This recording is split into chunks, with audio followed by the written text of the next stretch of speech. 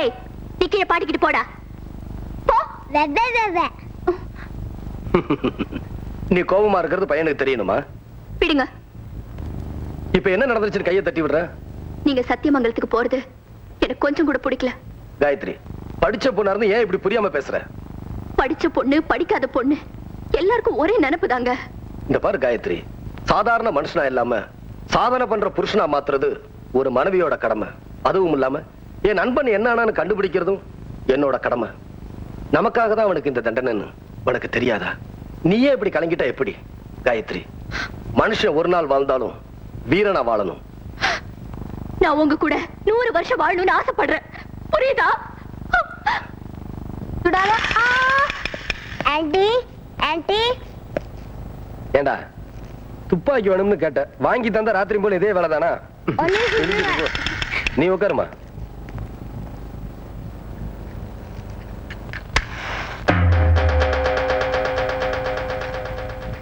இந்தம்மா.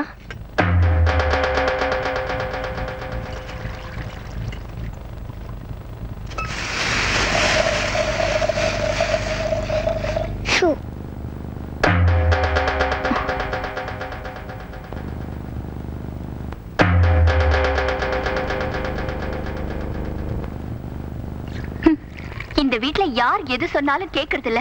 இருக்கட்டும் இருக்கட்டும், ஒரு நாள் புரியும்ல. காயத்ரி, சொல்றத ஒழுங்கா சொல்லு. ஏன் வளவளன்னு பேசிட்டு இருக்க? டேய், நீ என்ன பண்ண? இந்த 4 புலி இருக்கு பாரு, அதுல ஒண்ணு சுட்டுற. ஏய், என்ன புதுசா முரண்டு பண்ற? ஆமா ஆமா, நானா முரண்டு பண்றேன்? பொண்டாட்டி புள்ளியை விட உங்களுக்கு கடமை தானே முக்கியமா போச்சு. எந்த ஆபீசருக்கும் இல்லாத கடமை உங்களுக்கு மட்டும் எதுக்கு? நாளைக்கு உங்களுக்கு ஏதாவது ஒண்ணு ஆச்சுன்னா எங்க நிலைமை என்னன்னு ஒரு தடவை யோசிச்சு பாத்தீங்களா? இப்ப என்ன நடந்து போச்சுன்னு சலங்கை கட்டிட்டு ஆடுற? ஊர்ல இருக்கவங்க எல்லாரும் பயந்து ஓடுனா யார் தான் கடமையை செய்யறது? வானத்துல இருந்து கீழே விழுந்து பொழைச்சவனு இருக்கான், கழுத்தடுக்கு கீழே விழுந்து செத்தவனு இருக்கான். எல்லாம் ஆண்டவன் செயல். ஒரு ஆம்பளை நல்ல காரியத்துக்காக போகும்போது சஞ்சலம் அனுப்ப கூடாதுமா, சந்தோஷத்தோட அனுப்பணும். டேய், பாலை குடுறா. காயத்ரி, நீ நினைக்கிற மாதிரி எதுவும் நடக்காது. போன்ல மறக்கறானே, அதுக்காக நம்ம பயந்துறோம். மனசு போட்டு அழட்டிக்காத. டேய், பாலை குடிடா. நான் சொல்ல குடிச்சிருப்பா. இந்த அடே, எங்கடா மறுபடியும் ஓடுற? இந்த ஓடவா முடியுது? வாடா. நீங்க என்ன சொன்னாலும் அவன் கேட்க மாட்டான். வர வர உனக்கு திமிரு ரொம்ப ஜாஸ்தியா போச்சு. யார் சொன்னாலும் கேக்குறது இல்ல. குடுறா. வேண்டாம் போ. டேய், நில்றா. நில்லு. நான் சொல்ற பேச்ச உங்க அப்பாவும் கேட்க மாட்டேங்கிறாரு, நீயும் கேட்க மாட்டேங்கற. ரெண்டு பேரும் என்ன மனசுல நினைச்சிட்டு இருக்கீங்க? அடிக்காம நான் குடிச்சிரறேம்மா. அடிக்காம நான் குடிச்சிரறேம்மா. சப்போர்ட்டுக்கு வரீங்க.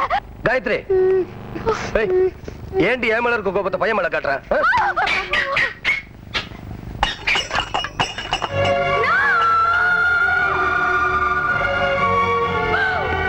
நான் அப்பவே சொன்னேனே, கேட்டீங்களா? ராத்திரி ஆனா போன்ல மிரட்டுறா, இப்ப பால்ல விஷத்தை கலந்து நாய் செத்துருச்சு. இன்னும் என்னென்ன நடக்க போகுதோ கடவுளுக்கு தான் தெரியும். நாசமா போறவன் எனக்குமே குடுக்கற பால் இல்லாம தனியா ஒரு பால் கொடுத்தா. என்னடான்னு கேட்டேன், உங்களுக்காக புதுசா வச்சிருக்கேன்னு சொன்னானே. யாருமா? அந்த பால் புத்துக்காரன் தான்.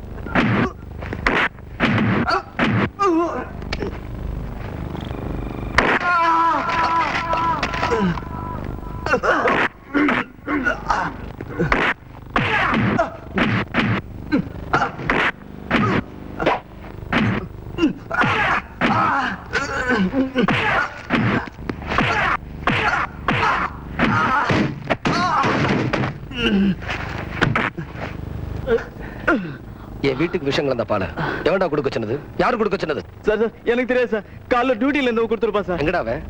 அவன் வீட்டுக்கு போயிட்டா சார். வாடா.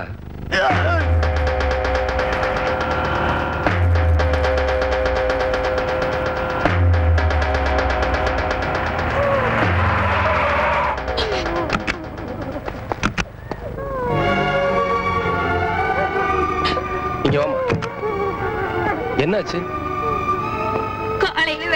நல்லா தாங்க வந்தா அதுக்குள்ள என்னாச்சோ தெரியல தூக்குல தொங்கிட்டான். எக்ஸ்கியூஸ் மீ சார், பால்ல விஷம் கலந்து உங்களை அழிக்க நினைச்சதை பத்தி நீங்க என்ன நினைக்கிறீங்க? என்னை அழிக்கிற சக்தி ஆண்டவனை தவிர வேற யாருக்கும் இல்ல. அது இல்ல சார், சத்தியமங்கலம் காட்டுக்கு நீங்க போறதா முடிவெடுத்ததுக்கு அப்புறம் இது நடந்திருக்கு. அதனால இத பண்ணது வீரபத்திரனுடைய ஆட்களா கூட இருக்கலாம் இல்லையா? இருக்கலாம். இங்கேயே அவனால ஆபத்து வரப்ப அங்க போனா அதிகமா தானே இருக்கும். நிச்சயமா ஆபத்து அதிகமா தான் இருக்கும். எனக்கு இல்ல, வீரபத்திரனுக்கு. பேச்சில் இருக்கிற துணிச்சல் உங்ககிட்ட செயல்ல இருக்குமா சார்?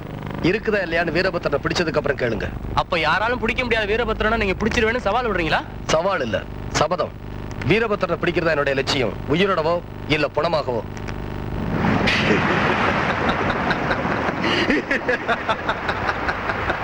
பாவம், நிலாவை பிடிக்க பச்சை பிள்ளைங்க ஆச்சப்பட்ட மாதிரி என்ன பிடிக்க ஆச்சப்பட்டிருக்கான். ஆச்சப்பட்டிருந்தாலும் பரவாயில்ல, சவால் விட்டுருக்கான். பேப்பர்ல படம் போட்டு வீரபத்திரனை உயிரோடவோ இல்ல பணமாவோ பிடிப்பேன்னு. நாளைக்கு அவ படம் எல்லா பத்திரிகையிலையும் வரணும். ஆனா கருப்பு கட்டம் கட்டி இது வரைக்கும் என்ன பிடிக்க நினைச்சவங்க எல்லாம் இங்க வந்துதான் செத்து இருக்கிறாங்க. அவன் அங்க நாளைக்கு வர்ற வழியிலேயே சாவணும்.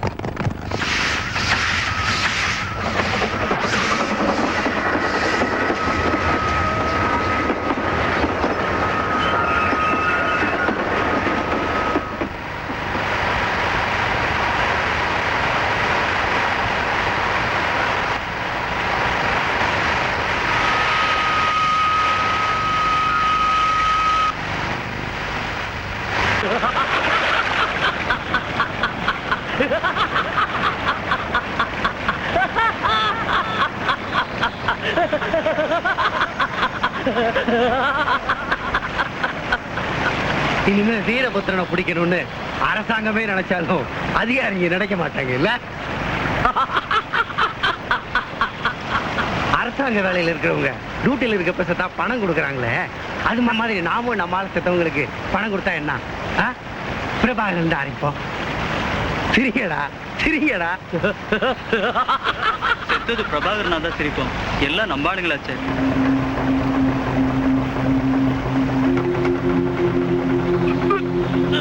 என்னடா சொல்ற?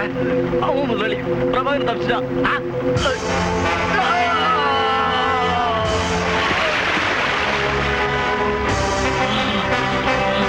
வேணாம் முதலாளி, என்ன சுற்றாதீங்க, என்ன சுற்றாதீங்க முதலாளி, முதலாளி என்ன சுற்றாதீங்க, என்ன சுற்றாதீங்க முதலாளி.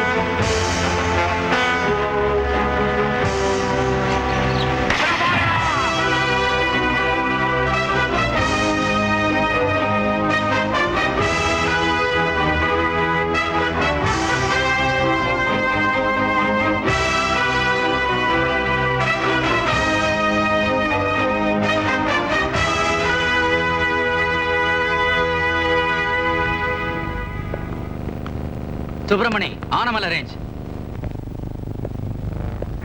R Raja, Sathy range.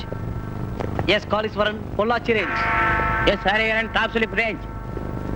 Achuthan Nair, high forest range. Ramu, Polampattu range. Mohanraj, Valparai range. Mahalingam, Attakatti range. நான் இங்க ஏன் அதிகாரியா பொறுப்பேற்றுக்கிட்டேன் தெரியுமா? மக்களை மதிக்காத வீரபத்திரனை, சட்டத்தை மதிக்காத வீரபத்திரனை பிடிச்சே ஆணுங்கிற மன உறுதி உங்க எல்லாருக்கும் இருக்கணும். ஏன்னா உங்க உதவி இல்லாம இத்தனை வருஷமா அந்த காட்டுக்குள்ள இருக்க முடியாது. உங்கள உயிருக்கு பயந்தோ, பணத்துக்கு ஆசைப்பட்டோ காட்டி கொடுத்தவங்க, காட்டி கொடுக்க நினைக்கிறவங்க யாரா இருந்தாலும் தயவு செஞ்சு எனக்கு கீழே வேலை பார்க்கறத விட்டுட்டு டிரான்ஸ்பர் வாங்கிட்டு போயிருங்க. இல்ல என்கிட்ட சொல்லுங்க, நானே டிரான்ஸ்பர் வாங்கி உங்களை அனுப்பி வைக்கிறேன். நாளையில இருந்து உங்க ஏரியால விசிட் பண்ண போறேன்.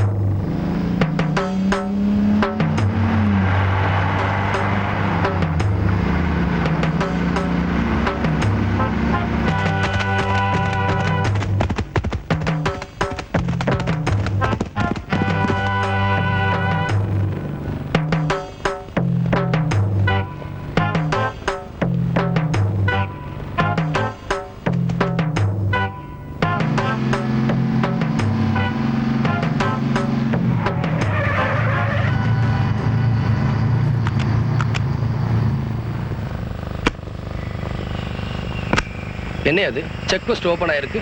யார் கார்டு இங்க? யோ வாயா இங்க. இங்க யாரையா கார்டு? போய் தேடி பாருங்க.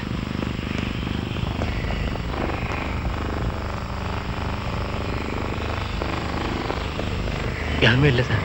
யார் இங்க டியூட்டி பார்க்கறது? சாமிக்கு என்ன சார்? கூப்பிடையா நானு? சாமி கண்ணு, சாமி கண்ணு, சாமி கண்ணு, சாமி கண்ணு. செக் போஸ்ட் திறந்து இருக்க, போய் தொலைய வேண்டியதானே.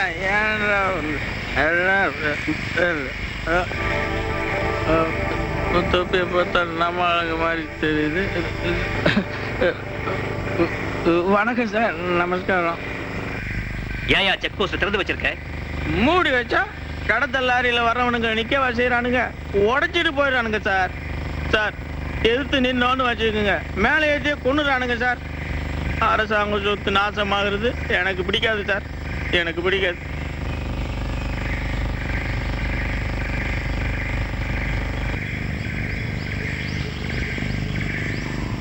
இவ்வளவு பொறுப்பா சிந்திக்கிற நீ டியூட்டி நேரத்துல குடிபோதையில இருக்கியே, தப்பு இல்ல? தப்புதான் சார், தப்புதான். என் நிலைமையை கொஞ்சம் யோசிச்சு பாத்தீங்களா சார்? முன்னாடி 5 பேர் இங்க வேலை செஞ்சோம் சார். 4 பேரை வீரபுத்திரன் கொன்னுட்டான் சார். இந்த இடத்த பாத்தீங்களா? இடிஞ்சு கிடக்குற இந்த வீடு எவனாவது இருப்பானா சார் இங்க? நான் ஒருத்தன் தனியா இருக்கேன் சார். ஏன்னு கேட்க ஒரு நாதி கிடையாது. ரொம்ப பயமா இருக்கு சார். ஆனா தண்ணி அடிச்சேன்னு வச்சுக்கோங்க, சும்மா கூட ஒரு 5 ஆள் இருக்கிற மாதிரி ஒரு தைரியம். அதனாலதான் சார் அடிச்சேன். சார் பொண்டாட்டி பிள்ளைய பார்க்கணும்னு 6 மாசமா கேட்கிறேன் சார். ஒரு நாள் கூட லீவ் கொடுக்க மாட்டேங்கிறாரு சார். யோ நீ போயிட்டு இங்க யாரையும் வேலை பார்க்கறது? Shut up. இவன் ஒருத்தன் தான் அடிச்ச வேணா. இங்க வேலை செய்யற ஆள் பேரே தெரியல. நீங்க எப்படியா வீரபத்திரனை பிடிக்க போறீங்க? இமிடியேட்டா இந்த செக் போஸ்ட்ல ஆட்கள் அதிகமா போடுங்க. எங்கெங்கெல்லாம் வீக்கா இருக்கோ அங்கெல்லாம் ஆட்கள் அதிகமா போடணும். எஸ் நீ ஒரு நாள் தான் லீவு கேட்ட, ஒரு வாரம் எடுத்து. வேணாம் வேணாம், எல்லாரும் ஜிப்ல இருக்கு, நீ ஏறு.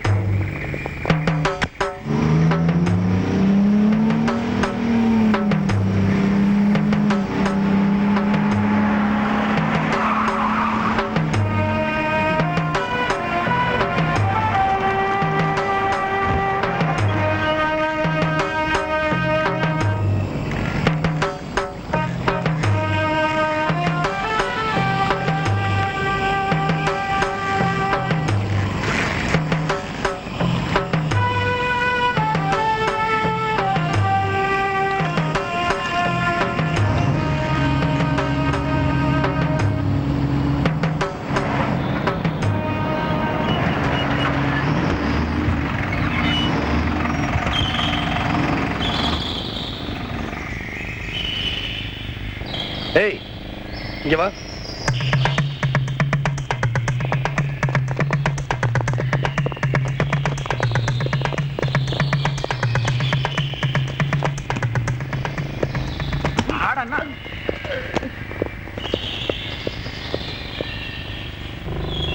இந்த மீனெல்லாம் எங்க கொண்டு போற? சொல்ற. பக்கத்து ஊருக்கு சார், பக்கத்து ஊருக்கு. பக்கத்துல இங்க ஊர் இருக்கா? பக்கத்துல ஒண்ணும் ஊர் இல்ல சார். டேய், இப்ப சொல்ல போறியா இல்லடா ராஸ்கல்? சொல்றேன் சார், சொல்றேன்.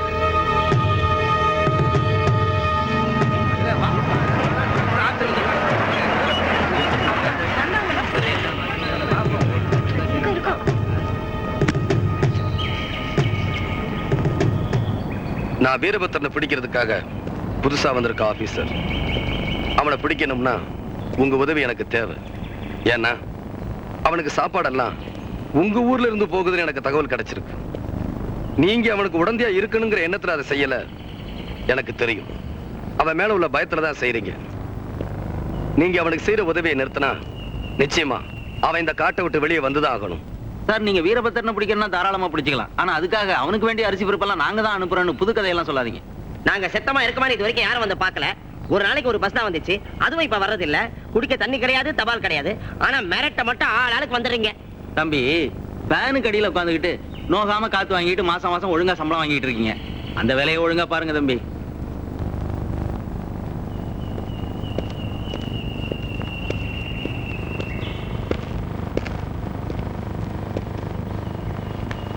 என்னங்க சார்? வண்டியில என்ன இருக்கு? மணல் இருக்குங்க. மணலா?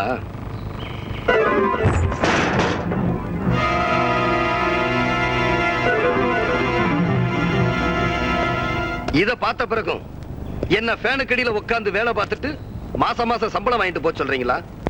உங்கள ஒருத்தர் நான் பேசுனேன், உதாசீனப்படுத்துனீங்க. இப்ப அதிகாரியா பேசுறேன். வீரபத்ரனுக்கு உதவி பண்றதை நிறுத்திட்டு எங்களுக்கு ஒத்துழைப்பு கொடுக்க முடியுமா, முடியாதா? கவர்மெண்ட் ரூல் தெரியுமா உங்களுக்கு? கவர்மெண்ட் ரூலை தூக்கி குப்பத்தட்டுல போடுங்க. உங்களுக்கு சப்போர்ட் பண்ணா வீரபத்திரன் அடிக்கிறான். நாங்க யாருக்கு சார் பயப்படுறது? காட்டி கொடுங்கன்னு நீங்க அடிக்கிறீங்க, காட்டி கொடுத்தா அவன் அடிக்கிறான். இடையில மாட்டிட்டு நாங்க தான் சாகுறோம். எப்படி சார் வீரபத்திரனை பிடிக்க போறீங்க? உங்க ஆளுங்களை எவனாவது ஒழுங்கானவனா இருக்கானா? அவங்க கிட்ட காசு வாங்குறது அதிகாரி உண்டா இல்ல அரசியல்வாதி தான் உண்டா? இவ்வளவு எதுக்கு சார்? தேர்தலில் நிக்கிறவங்க கூட எங்க கிட்ட ஓட்டு கேட்டு வர்றதில்ல. ஓட்டு போட மக்களை மிரட்ட சொல்லி அவங்க கிட்ட தான் போறாங்க. போற போக்குல அவன் சொல்றவன் தான் முதலமைச்சராவே வர முடியும் போல இருக்கு. நீங்க பேசுனதுல இருந்து எனக்கு ஒண்ணு மட்டும் புரியுது. உங்களுக்கு வீரபத்திரன் கிட்ட பயம் இருக்கு. அவனை இந்த அளவுக்கு வளர விட்டுட்டாங்களேங்கிற ஆதங்கம் இருக்கு. ஆதங்கம் இருக்கிற அளவுக்கு உங்களுக்கு தைரியம் இல்ல. யாருக்கு சார் தைரியம் இல்ல? யாருக்கு இல்ல? வீரபத்திரன் இருக்கிற இடத்த பத்தி எங்க ஊருக்காரன் ஒருத்தர் துப்பு கொடுத்தான். போலீஸ்காரங்க பிடிச்சிட்டாங்களே. வீரபத்திரன் வீசி எறிகிற எலும்பு துண்டுக்காக அலைகிற நாய்ங்க சார். இவங்க எங்க சார் பிடிக்க போறாங்க? இதோ பாத்தீங்களா, துப்பு கொடுத்தவன் உயிரோட இல்ல. ஆனா இவ வயித்துல துப்பு கட்டவனோட புள்ள. அப்படியே உங்க பேச்ச கேட்டு இந்த ஊர்ல யாராவது வீரபத்திரனை காட்டி கொடுத்துட்டா இந்த ஊர்ல உள்ள பொண்ணுங்கள் எல்லாம் தாலி அறுத்துட்டு முண்டாச்சி ஆகி முடங்கி கிடக்க வேண்டியதுதான். போங்க போங்க சார். காஞ்ச சுழி பொறுக்கிட்டாங்க யாராவது இருப்பாங்க, அவங்கள பிடிச்சு கொடுத்துட்டு அவங்க வயித்துல மண்ணெளி போட்டுட்டு நீங்க நல்லா இருங்க. மகராசனா போயிட்டு வாங்க.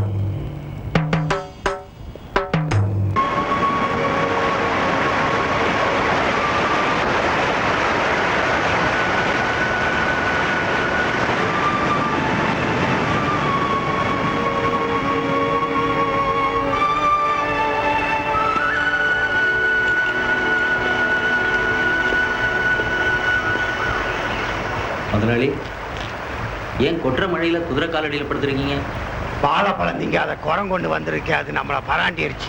வீரபத்ரா மூஞ்சில கரிய பூசிட்டான் பரபாகரன். குறைக்கிற நான் எல்லாம் கொஞ்ச நாள்ல வாலாட்டை வைக்கலையான்னு கேட்டியே, அவன் குறைக்கிற ஜாதி இல்லடா, கர்ஜிக்கிற சிங்கம். இந்த காட்டுக்குள்ள ஒரு சிங்கம் தான் இருக்கணும், அது நானா தான் இருக்கணும். எப்படி முடியும்? ஊர் ஜனங்களை மிரட்டி நமக்கு சாப்பாடு வர முடியாதபடிக்கு பண்ணிட்டான். செக் போஸ்ட்ல அவன் ஆட்களை நிறுத்தி நாம கடத்துறதுக்கு வழியே இல்லாம பண்ணிட்டானே. அங்க பார், ஒரு வழி தெரியுது. எங்க முதலாளி? அடே, மாதேஸ்வரன் கோயில் வழியா ஒகேனக்கல் போனா ஏவன் தடை இல்லாம நேரா மைசூர் போய் சேர்ந்துடலாம். மாதேஸ்வரன் கோயிலுக்குள்ள மொத்த மிலிட்டரி வந்தாலும் உள்ள நுழைய முடியாதுடா. மிலிட்டரி நுழைய முடியாம இருக்கலாம், ஆனா நாம நுழைய முடியாது. உங்களுக்கு ஆப்பு வைக்கிறவன் அங்கதான் இருக்கான். யாரா? உங்க பங்காளி கிட்டு. அந்த பொடிப்பைய எனக்கு போட்டியா? அவன் பொடியன்னு நினைச்சு மூக்கு பொடியா மூக்குல போட்டீங்க. அவன் மிளகா பொடியால எறிகிறான். அவன் என்னத்தரா புடுங்க முடியும்? தெருவுல வாழை சுத்திக்கிட்டு பயந்துகிட்டு போற சொரிநாய் கூட அது இருக்கிற வீட்டு பக்கம் போனா குறைக்கதான் செய்யும். அவன் இடத்துல அவன் பெரிய ஆளுன்னு சொல்றேன். இங்க எப்படி பிரபாகரனால நுழைய முடியாதோ அதே மாதிரி அவன் இடத்துல நாமளும் நுழைய முடியாதுங்கிற. பிரிஞ்சிருந்து சாகிறத விட ஒன்னா இருந்து சம்பாதிக்கலான்னு சமாதானம் பேசிப்பார்.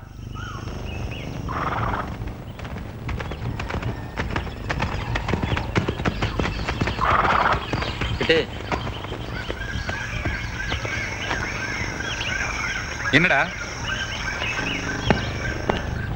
பழசெல்லாம் மறந்துட்டு நாம எல்லாரும் சமாதானமா போயிடலான்னு முதலாளி உங்ககிட்ட சொல்லிட்டு வர சொன்னாரு.